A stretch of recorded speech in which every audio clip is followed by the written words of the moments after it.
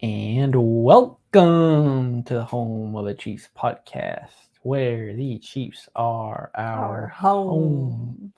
I'm Clinton Petrie, here with me as always, Miss Shannon Brush over here. How you doing today? Doing good. Can't complain. It's great weather. Loving life. Getting some possible rain here after some We need it. hottest days that it's ever been around here. Oh my gosh, yeah. It's been like really hot, and then the last couple days it's been really nice out. So Take it's a great advantage. break. Mm-hmm. Yep, it's nice that it's been slightly at 80 degrees or just underneath. That's felt really good amongst Yeah, the like for 100 July. degrees. Yeah, days. for July, that's amazing. Yeah, end of June was getting sketchy there. Feels like 105 type weather. Well, and then the air quality has been so bad, Mm-hmm. like for the last 3 weeks. It's scary, kind of. Yeah, yep. It's going throughout the whole country and throughout the globe, really. Yeah. Some place has bad air, and then all of a sudden everywhere else has bad air for a week. Yep. Yeah. How's your socials going so far? Going good. Trying to get the hang of the timing and everything, and making sure I get stuff done on time. So It's definitely contributing to our views and oh yeah, people subscribing and stuff like that. the TikTok has been popping off. Yeah, saw that. It probably doesn't bring as many people to podcasts as we like, but it does. It's doing something. It does Just what it keep needs doing to it, do. and consistency is key. Yep, yep. Mm. We're being consistent as always. If it's been a weekend and or a day that there was technical issues, there was an episode a week for us. So that won't be changed anytime soon. Yep. Even We'll with find a way to make it work. even with what we say now is the dark days of the season, where there is no season, the off season is dead. It hurts. We're waiting for football to come back. We're bored because we have nothing to talk about. Some people are still excited about 5 months earlier, and now they have to come off that high to try to start a new one for this season. Yeah. So, well, we're gonna start first segment as we always do. Chiefs Twitter news. That's right. So this week is not particularly interesting. Not a whole lot discussion. We're gonna save the more controversial, the juicy stuff to the end of the segment, because spoiler, it has to do with the Super Bowl, and that will allow us to segment 2, very seamless transition into discussing the last season and the Super Bowl victory. So let's start with some positives. So we had 2 Chiefs Kingdom birthdays this week. On the 2nd, which was last Sunday, Mr. Haney Given Sunday got a day older. Woo! And then the following Monday, so just before 4th of July, we had a Stone Cold birthday. So woo woo! Happy birthday, Stone Cold! Woo woo, Chris Jones. Enjoy the rest of your summer before the hot days in St. Joe begin. It's only a few weeks away. That's crazy. Yeah, so the official team gathering and stuff doesn't happen for like a week more, but I saw that literally rookies and quarterbacks have to be there in less than 2 weeks. Wow. From now. So yeah, that'll go fast. It's not that far away, guys. It's crazy how fast the year has gone. If we blink, like it feels like we had just won the Super Bowl and all of that just happened. But yep. It's been months. I want to say that maybe part of that has to do with when we won the first of this modern era that it was COVID, so there really wasn't the several months after to celebrate. Yeah. It was like figuring out other stuff and like planning time going forward instead of like dwelling on how great stuff was. Yeah, that's very true. So it'll be like pre and post parade when celebration goes on. But I agree, it's definitely been around longer this off season, and probably deservingly so. Chance to gloat and showcase what you did, and the first time you've gotten to do it in recent years where you get to go around and show it and flaunt it. So especially since they were counted out so much by like really the media and everyone that was talking about, oh, Mahomes he's peaked already and he's done with all his magic. His magic is gone. Like no, it's not. Yeah, he needs all the weapons around him to be any good whatsoever. With him, without Andy Reid, would be terrible. Yeah. Blah blah blah blah blah. Making up excuses, making up things that aren't real, just so you can feel better about your team and your situation. So be it. So we've got one note here. So there's been so many 25 under 25s, but now there's one more, and it's from NFL.com. So it's a fishy, so we got 3 players. You can probably assume one of them because we've said his name in 3 other lists about it. And then you have his mate off to the right, Mr. Pancakes. And then Love it. You have Mr. Nick Bolton running to the end zone. So congratulations to you 3. Congrats and many praises and blessings for the coming season to be even better than you already have been. Yeah, what an accomplishment. Wow. And then the last of the more positive topics is a call to action to anybody who haven't seen that. We have several Chiefs related things to vote for in the SB Awards. So Kansas City Chiefs can be voted as the best team. Patrick Mahomes can be voted as the best athlete, and so on. So anybody out there, of course. So anybody out there who's listening, if that interests you and you haven't somehow seen that on Chiefs Twitter already, then here's your call to action to go in and vote for as many Chiefs players and teams and affiliations as you possibly can. Okay, and now with the last half of this segment, let's see how long we decide to rant for here. Oh no. So there were 2 players of said Super Bowl 57.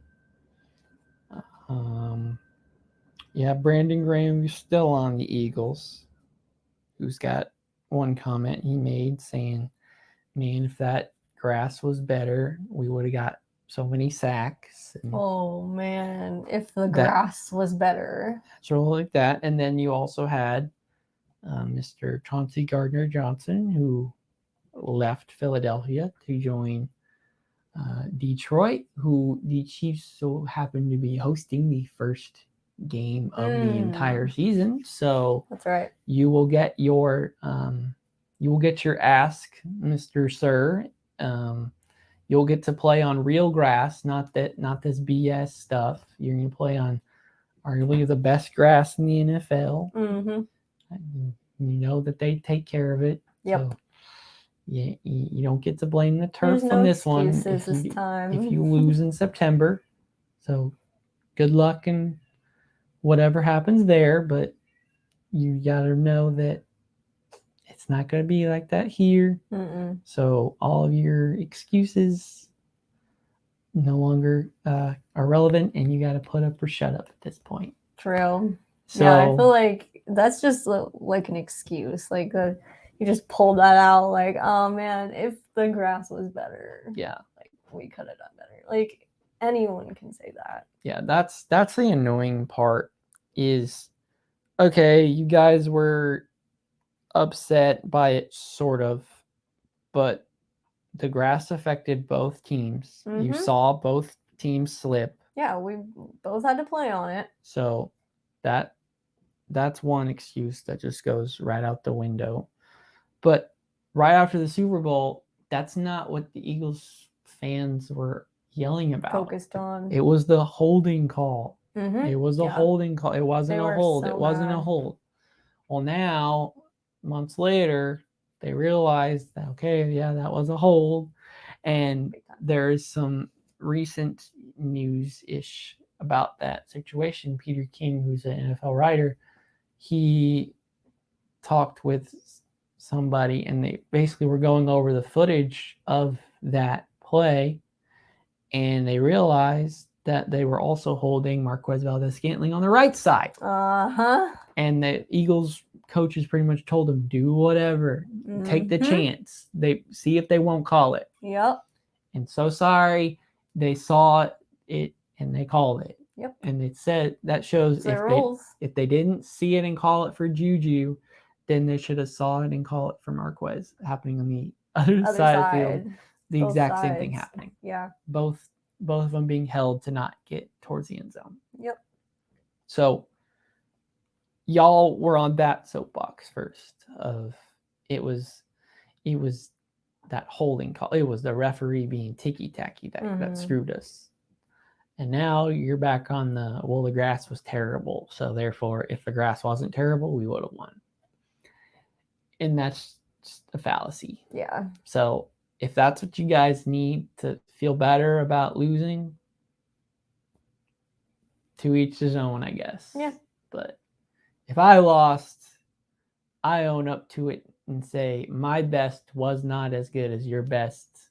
I extend my gratitude, appreciation, admire your admire abilities. the better team, admire and take what the better team did and kind of learn from it. What we were talking about earlier, take from what other people are doing who are successful and learn from it. What are they doing? Mhm. What are what's their process? You don't see the entire work that goes on. You don't see that behind the scenes stuff, but what are they doing to make themselves be in that position? Mm-hmm. So more likely than not, athletes, and Mahomes is really good at acting humble and praising others that he goes up against. Because if you fuel the fire the other way, you can have your handed to you, and you have to eat it. Yeah. And the taste of it's not very good. So why subject yourself to having to eat that? And just be courteous, respectful, praise your opponent. It's like a game, like after if you're taught as a kid, good you game, will good never game, good game. hear the words out of Andy Reid's mouth, yeah, the team we're playing isn't that good. He will never ever say those words. Yeah. It is cut and dry. He begins every press conference.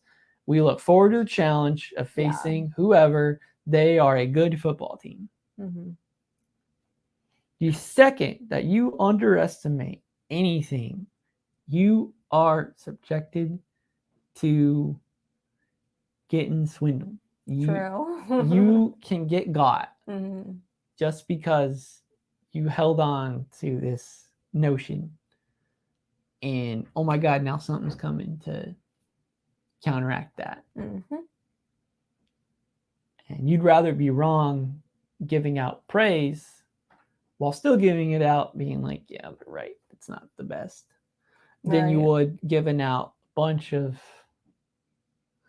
hooey and internally being like, man, I'm just sad that we lost. I'm just sad that I didn't do well. Yeah.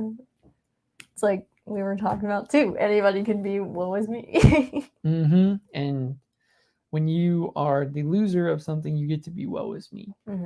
Now, I can't remember after the 55 Super Bowl, what they lost in Tampa, any of us talking anything about Tampa, how good they were, how good their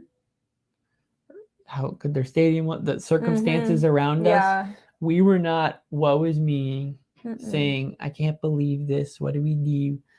Our lives are ruined. If Patrick had an offensive line, well, he didn't. Okay. Yeah. He didn't, and then the following off season, it got fixed. Mm-hmm.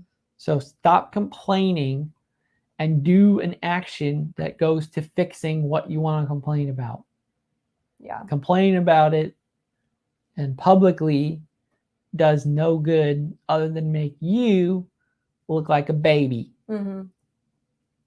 So, or just look like you're trying to get attention and engagement. I know these grown men football players are not babies, Yeah, and they don't have to act like this.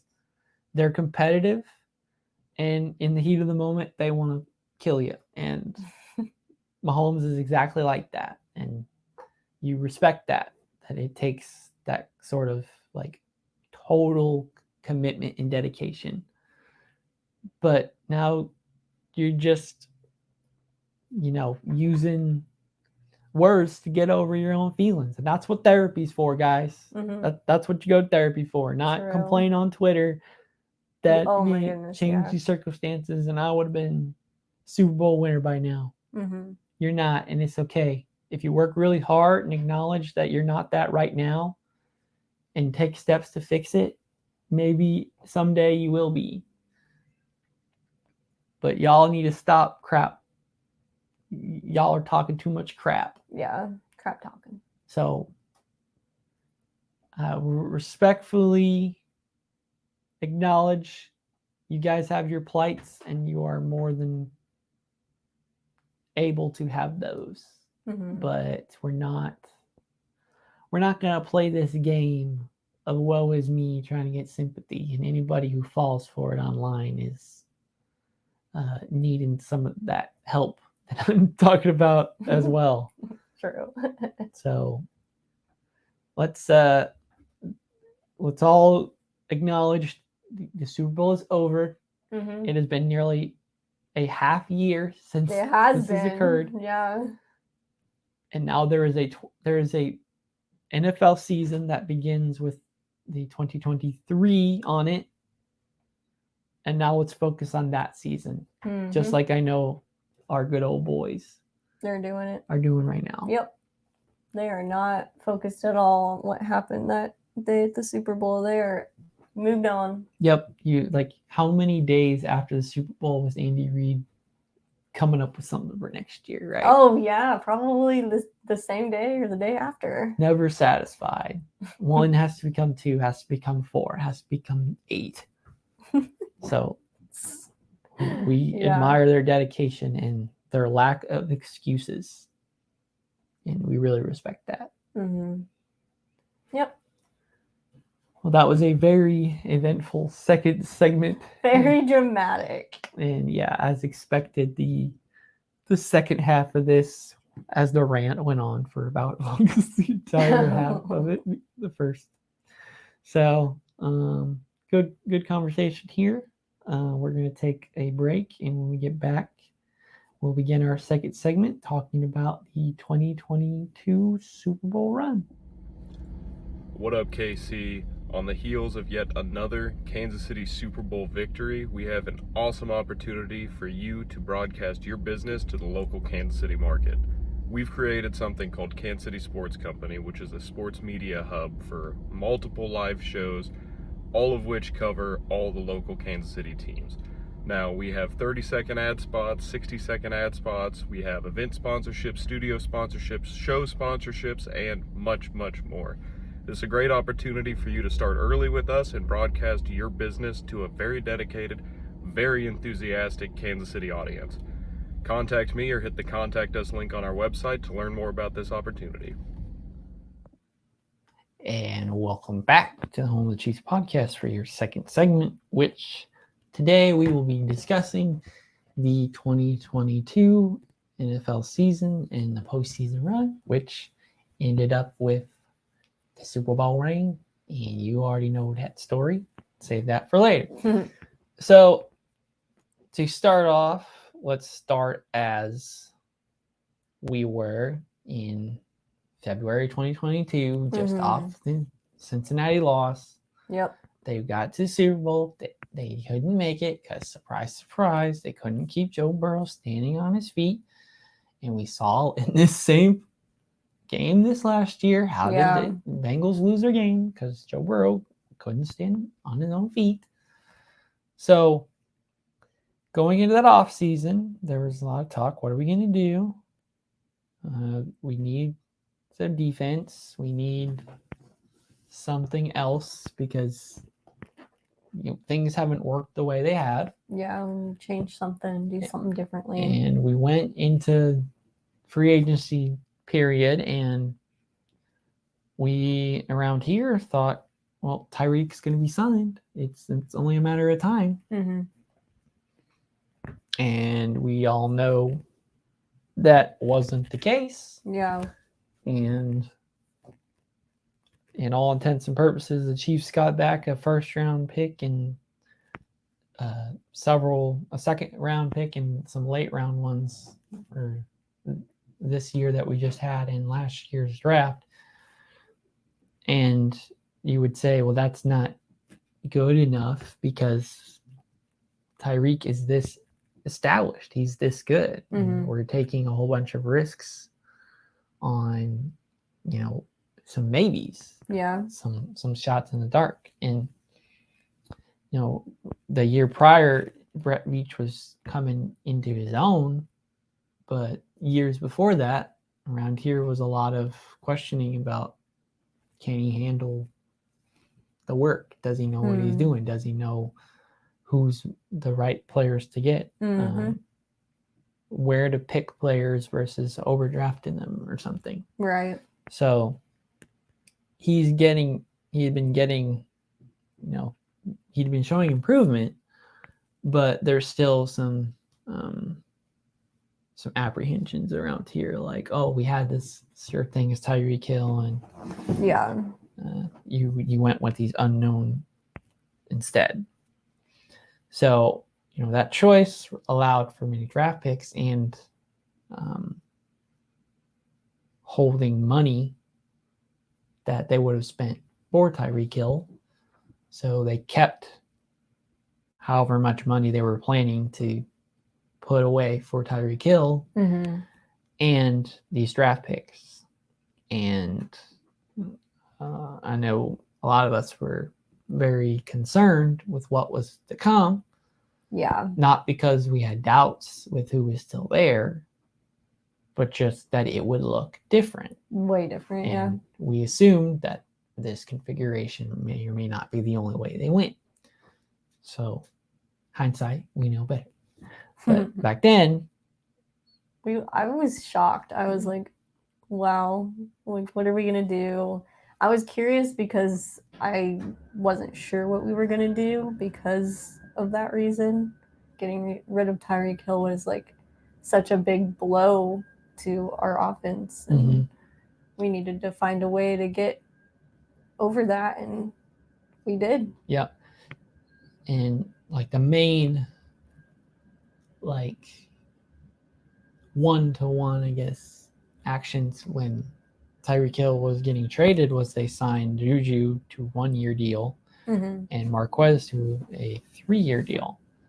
So, you thought that maybe the team is thinking, oh, well, these two put together can do equivalent of Tyreek Hill. Yeah. And you're like, okay, maybe. But we've also know that wide receivers usually struggle under Andy Reid because he asks them to do a lot of variation based on what they see. Whereas, a DK Metcalf in Seattle, for example, he has to run just straight line. He doesn't have to decide based on the cornerback looking at him. Yeah. Do I have to run inside or outside, or do I have to cut in towards the middle after 15 yards or 30, or like stuff like that. Yeah, so he's got kind of a not easier job, but like more simplified version of it. Correct. Taking a lot of the thinking out of it, and Yeah. just based on some reactions. So that was like a main talking point was you're bringing in 2 wide receivers and they have to be the main guys, and we know Andy Reid's hard system for wide receivers. We know, like in hindsight, that Juju did just fine under it, and Marquez is still finding what his role is. Yeah, He's fast, he's big, he can make tough catches. Mm-hmm. He's used to playing with Aaron Rodgers. Maybe Aaron Rodgers throws it a different way, and Mahomes does complete opposites. Yeah. They're still trying to get some more chemistry now. But that's an example of like not just plopping a wide receiver in is enough to take the production that Tyreek Hill is. After that session, and we had calmed down before draft, saying, we're the Chiefs, we'll still manage it no matter what. We'll still win. That's when it was everybody else in the media saying, oh, how are we going to respond? How are we going to respond? And everyone around here is just thinking, well, we have Travis Kelce. Yeah, exactly. Who's the wide receiver that's going to get all the yards and catches and touchdowns for the Chiefs? Well, his name's Travis Kelce. He doesn't play wide receiver. He has a TE next to his name, but he is, for all intents and purposes, the end-all, be-all wide receiver on this team. If Travis Kelce is not on the field, this offense does not look the way it does. Agreed. Yep. It's the same way in 2014, 15, prior to Mahomes being on the field, and it's the same now. It's the offense still runs that same. He's still the focal point. Yeah, he's still it. Because Andy knows how hard it is to stop a tight end. Like, there is not a designated position that worries about covering just a tight end. Linebackers have to worry about running backs and tight ends, maybe a wide receiver if they're playing a zone defense. You have to just look at an area. There is not a strictly tight end matchupper. And Andy Reid loves having mismatches. Loves having matchup nightmares for other teams. And if he can exploit something, he will do it. He'll definitely do it. So we all came back down to earth while the media went back up to Mars. Like they always do. And we got ready for draft time. So we're in the draft. We're thinking, okay, I'm not sure what all we'll do, but we got a lot of picks. And there seems to be lots of good players. So let's just see roll the dice.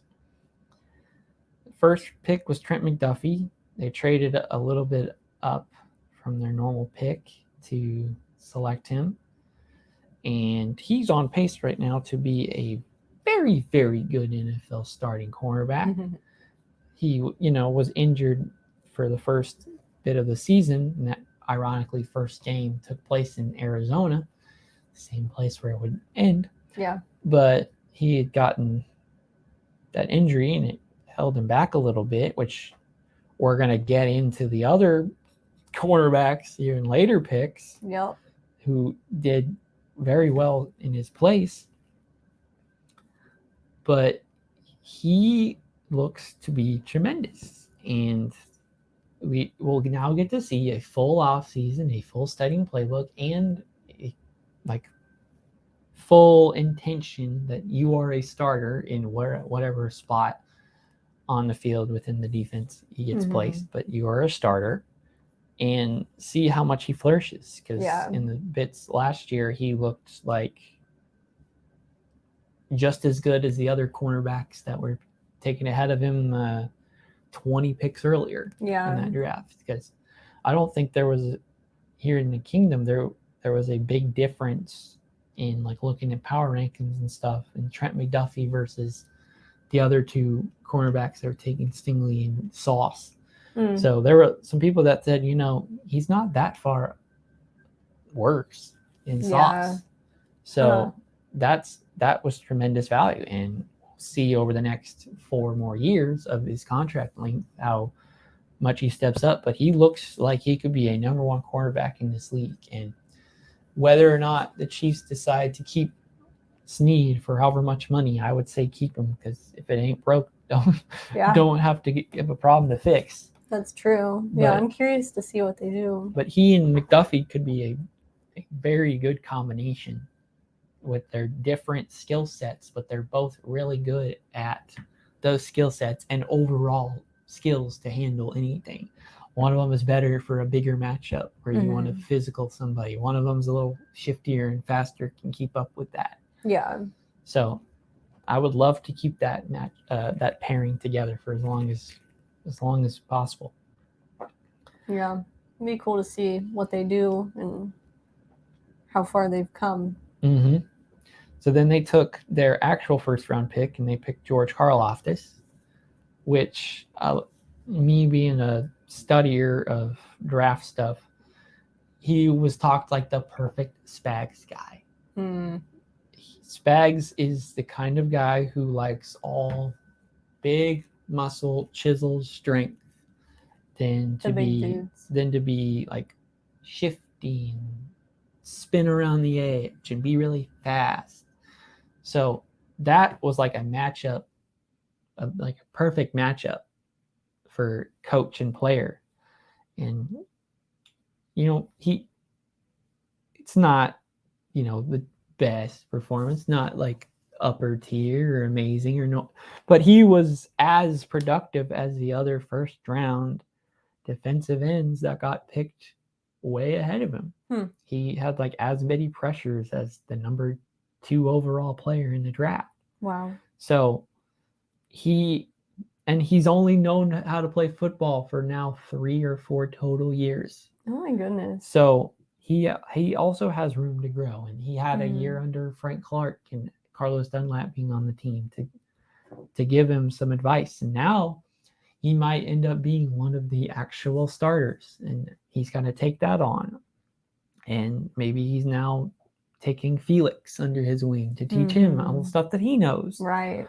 So it's a team. It's that partnership of you might be coming to steal my job, but I still want to do what's best by you. The Alex Smith approach. I could say, screw you, Patrick. I'm not going to help you at all. Or I can get you ultimately ready to take over and dominate the NFL. Yep. Just like a mentor would. So don't want to spend 20 minutes just on the draft alone. But Sky Moore, whose first touchdown was in the Super Bowl, like I mentioned in the previous either segment or earlier this segment, wide receivers are tough under Andy Reid's system. So this year will be even better no matter what, because he'll be more into the offense. He'll have a role. He's got a rapport with Mahomes. He knows what to do now. Mahomes knows where to throw it for Sky Moore to catch it properly. Where Sky knows where to be in order to catch stuff and be in the right location. So that relationship and his abilities are only going to exceed what we've already saw. So to be determined on Sky Moore for sure. Same goes for Brian Cook, safety. So the only time I really noticed him last year was in the freaking AFC Championship game, poking the ball up in the air, getting an interception for the team. So he's taking over essentially. I don't know if it's going to be Juan Thornhill's actual spot, but it's going to be him and Justin Reed starting stuff.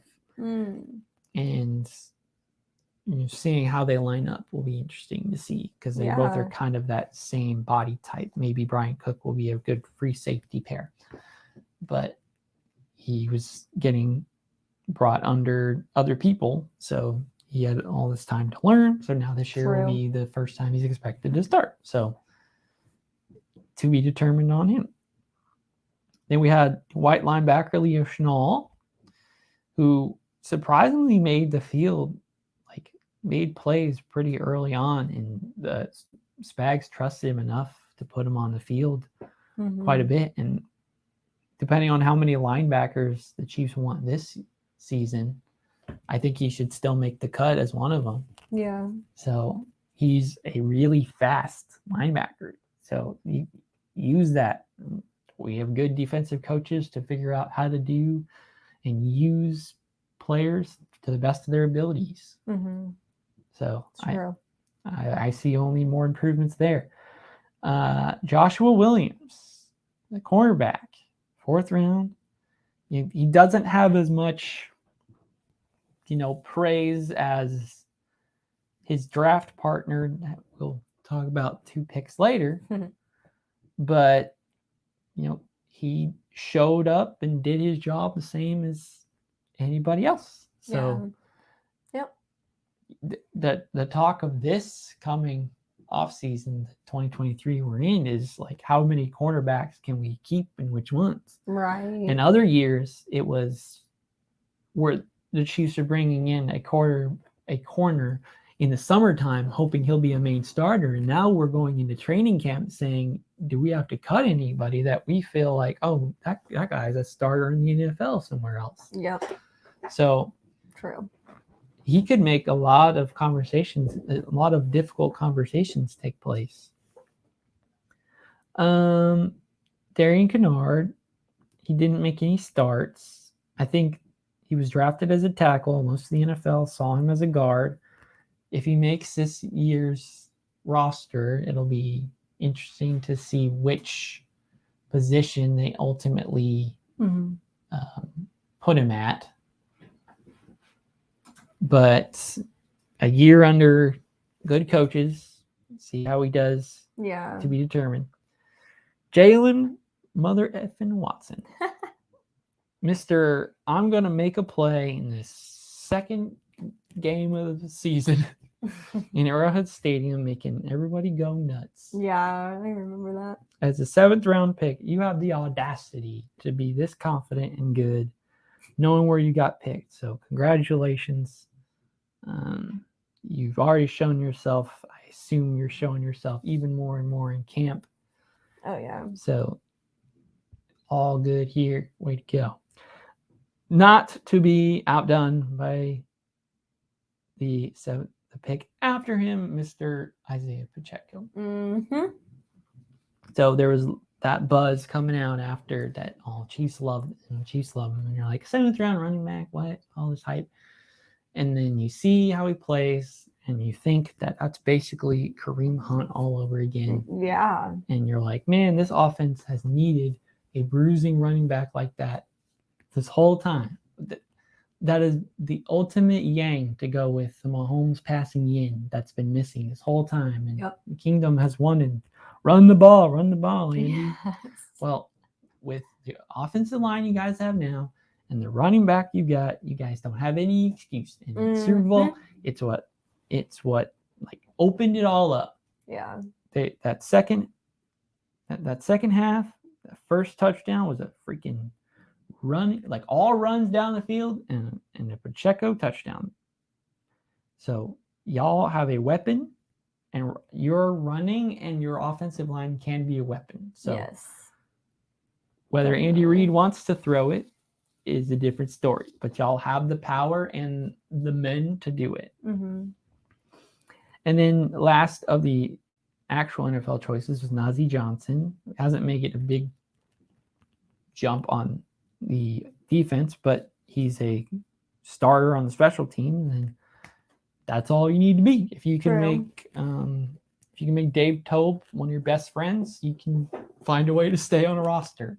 Yeah, so that's true. So that was the team going into 2022. Some notable games that stuck out in my head, besides the beginner one in Arizona where there's injuries and Harrison Butker can't kick for a game and Justin Reed makes a PAT and kicks off. So weird game. Crazy September 11th game. Yeah. Oh my gosh. Yeah, that's right. But then 4 days later, we had our first home game back on a Thursday night. And I already gave away the amazing ending or essentially game-sealing play of Jalen Watson taking it all the way 99 yards. We're on the other. He's running towards us. We're screaming. Yep. Very memorable. After that is the Colts game where Chris Jones called Matt Ryan a something, and that was too much for TV, and we lose. Not blaming you, Chris, but send me a DM. I want to know what you said. I want to know what you said, so I'll see if it works in other fields of life if I get kicked out. Went back to Tampa, whooped Tom's butt, played phenomenal.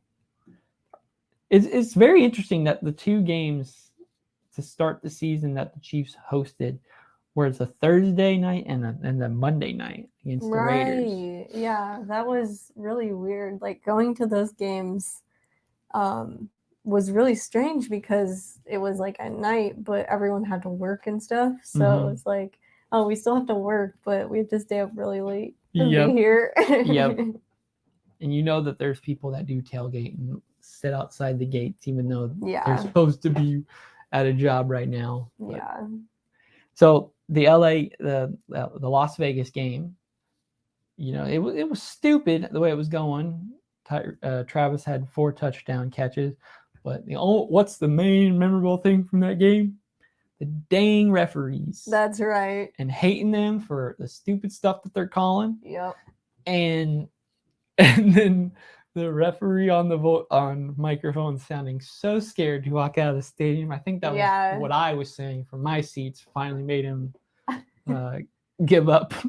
His voice was cracking. He was like, all right.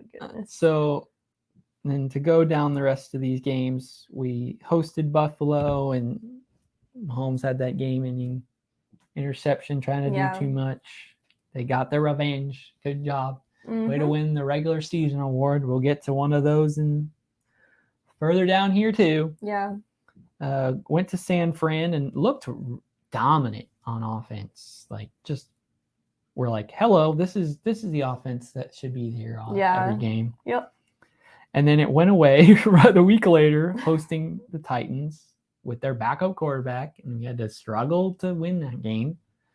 So, amazing 1 week. They gave it their all the week before, and the next week they're like, we can hold back here. Hosted Jacksonville on that Veterans Day game. Very cold, but yeah, it was cold, but that was the Kadarius Toney breakout game, pretty much. We had just gotten him from trade, and he was on their injured list for New York, but then came back and was playing pretty much immediately, and then we would be in and out with injuries and stuff like that. But that was the welcome to the Chiefs Toney game, and great game. Yeah. So then they went to LA, and Travis Kelce, like every year, walked it off. Yep. Then the Chiefs hosted the Rams, who were already depleted, and put in a C effort to win by 2 touchdowns.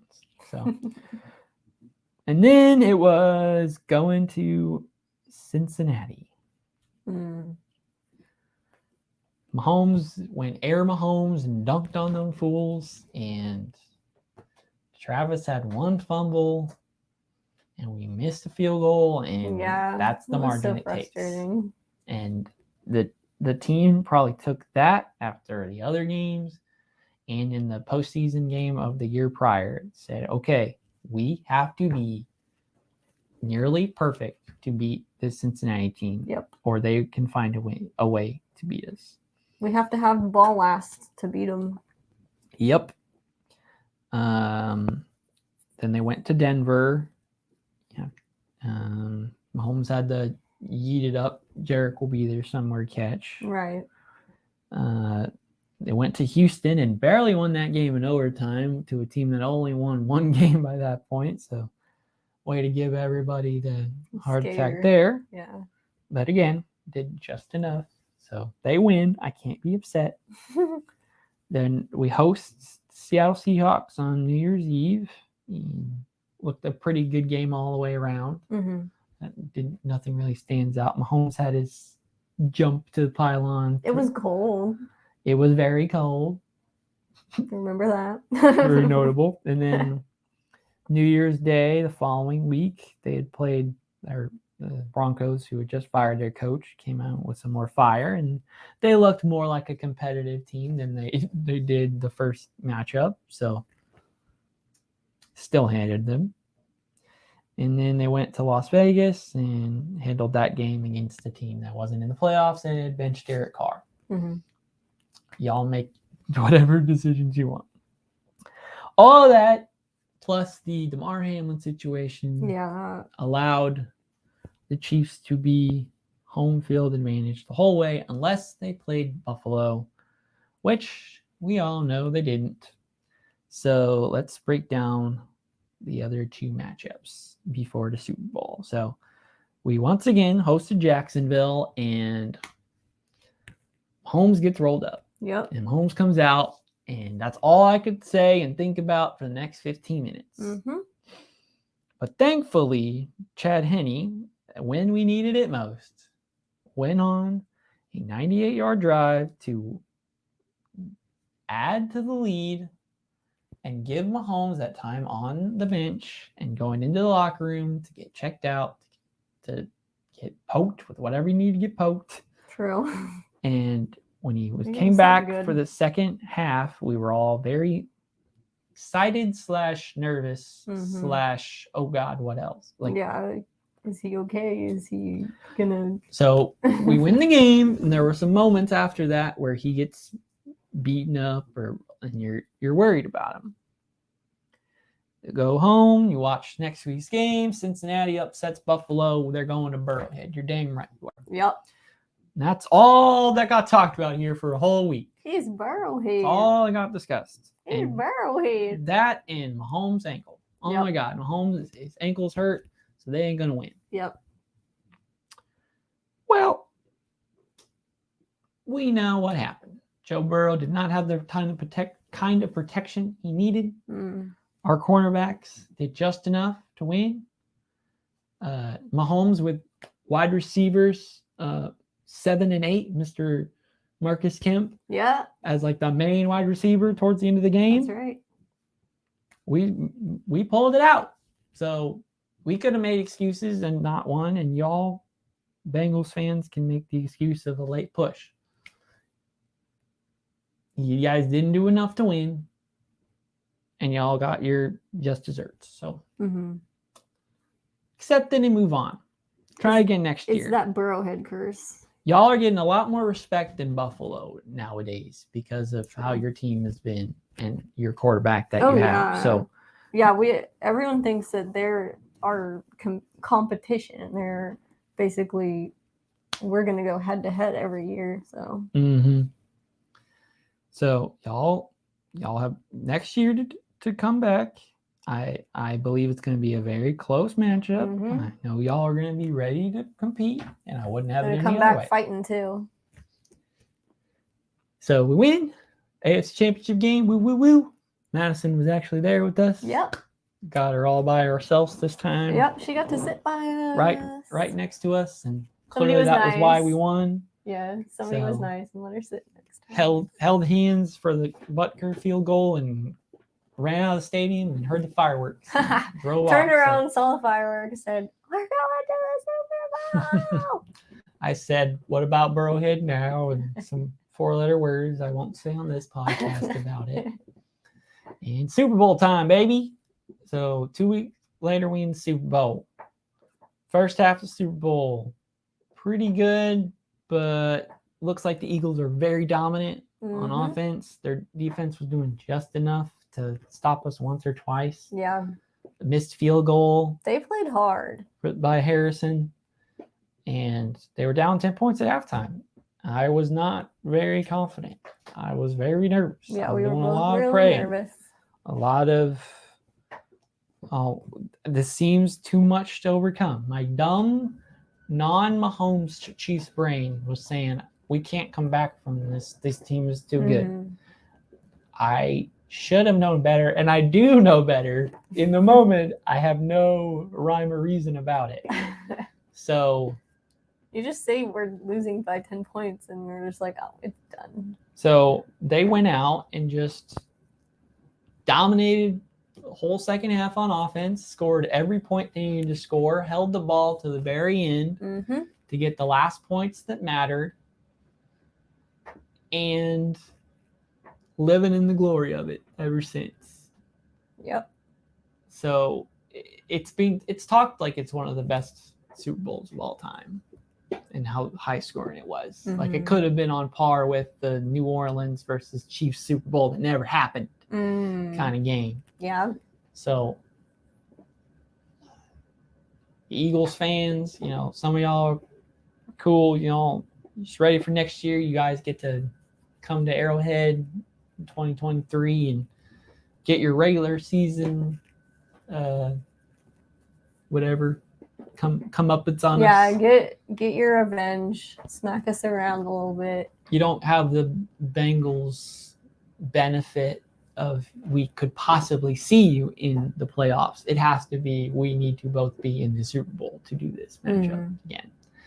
So yeah, just what a crazy season it was. Yeah. In times where this team didn't look like they could do it, and the best they have flaws and they can be beaten, to they do enough to come out of it. Get there somehow. We are just extremely lucky to have this team in front of us. And I know none of us take any of that for granted. Yeah. A special time in our city and our city's history for sure. And then for any video watchers, We just smacked ourselves elbows. any visual video watchers here, you can tell our shirt's got MVP on it, and thankfully this is an MVP award season we get to celebrate twice over, because it also is a Super Bowl MVP, and that had not happened since the early 2000s. Yeah. So Mahomes did something that hadn't been done in 20 plus years. Mahomes is that dude. He's the guy. So this is essentially a testimony for my future self going through any other Chiefs season where Mahomes is the quarterback, Andy Reid is your head coach. If you believe that your team cannot beat whatever other team is in front of you, unless it is 35-0 and Mahomes is not able to stand on the field, I will give it my heart and soul to believe that this team will win. They have earned that out of me by doing it several times over. So when the nerves in me say we're gonna lose and it's not even a contest. When it's the first quarter and you're like, oh, we're down. Yep, first quarter we already lost. Mm-hmm. Mahomes, Andy Reid, they can make magic happen, and let the defense do their job and let the offense cook. And good things will come out of it. So thank you, future self, for that enduring and endearing and thoughtful conversation. I'll be sure to refer to this at any moment. I'm stressed out. Perhaps just go the back first to minute of YouTube every and game. Go to the timestamp and be like, here it is. I love future me. But what a great season. What a fantastic way to close it out. Mm-hmm. To close that week was insane. Close the chapter of it. Yeah. That whole week, it was from boom, boom, boom. 3 things insane happened in the same week. So. Yep. So, y'all are probably wondering, okay, so you ran out of seasons, now what? Well, I think my plan for the next episode right after this one is I want to do a little summary / I watched it. I'll talk about it with you, watch along type thing of the Netflix series Quarterbacks, and see about Mahomes and the history, and try to break down the episodes and what we saw. What I we like can gather that from that. So I like that idea. that is my plan for the next episode, which means that you guys have reached the end of this very long second segment of the Home of the Chiefs podcast.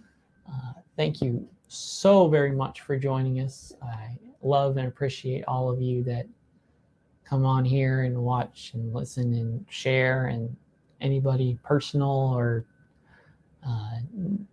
people I don't actually know. I thank you and appreciate everything that you do to show support, whether it's listen, watch, buy a shirt, or anything. share the links and comments. All those are greatly appreciated. They definitely make it easier to keep going for sure. Help support us, and it's nice to see the community support already. Like, we're so new, so Yep. The kingdom is very welcoming. So even if you're new, if you show that you care and you have knowledge, then you'll get accepted for sure.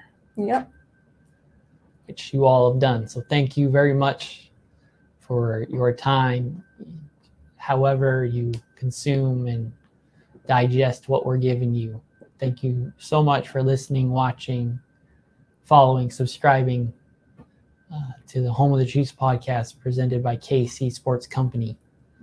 I hope you have a wonderful, tremendous, excellent rest of your day. And as always, go Chiefs!